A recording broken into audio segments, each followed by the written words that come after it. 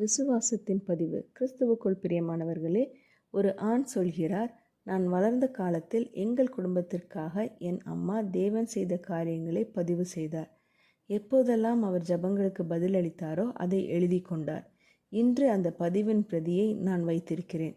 அது எனக்கு ஒரு பெரிய பொக்கிஷம். சகோதரி நான்சி சொல்கிறார்கள், அது அவருக்கு மோசே செய்ததை நினைவுபடுத்துகிறது என்று.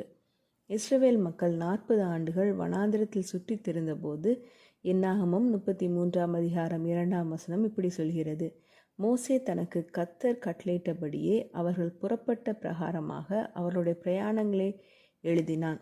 இஸ்ரவேல் மக்கள் அவர்கள் கற்றுக்கொண்ட பாடங்களை மறந்துவிடாமல் இருக்கவே தேவன் மோசேயை அந்த நாள் குறிப்பை எழுத சொன்னார் என்று நான் நம்புகிறேன்.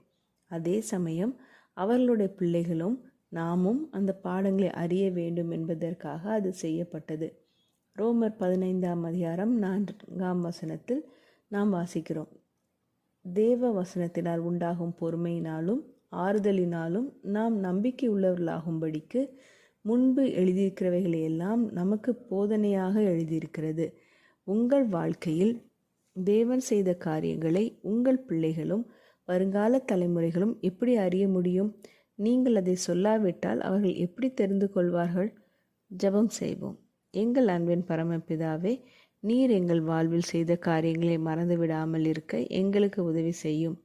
மோசே இஸ்ரவேல் மக்களின் பயணங்களை பதிவு செய்தது போல நாங்களும் எங்கள் அனுபவங்களையும் ஜெபங்களுக்கு கிடைத்த பதில்களையும் நினைவில் வைத்து கொள்ள உதவும். அவற்றை எங்கள் பிள்ளைகளுக்கும் வருங்கால தலைமுறைகளுக்கும் சொல்லித்தரவும் உமது வார்த்தையினால் உண்டாகும் பொறுமையிலும் ஆறுதலிலும் நாங்கள் எங்கள் பிள்ளைகளும் நிலைத்திருக்க உதவும். எங்கள் வாழ்க்கை முழுவதும் உமது விசுவாசத்தையும் அன்பையும் சாட்சியாக அறிவிக்க எங்களை பயன்படுத்தும். இயேசுவின் மூலம் ஜெபிக்கிறோம் பரமபிதாவே, ஆமீன். இந்த மெசேஜ் 15 ஏப்ரல் 2024 நான்சி டிமோஸ் வோல்கமுத் அவர்களின் இயேசுவை தேடி என்ற புரோகிராமிலிருந்து எடுக்கப்பட்டது.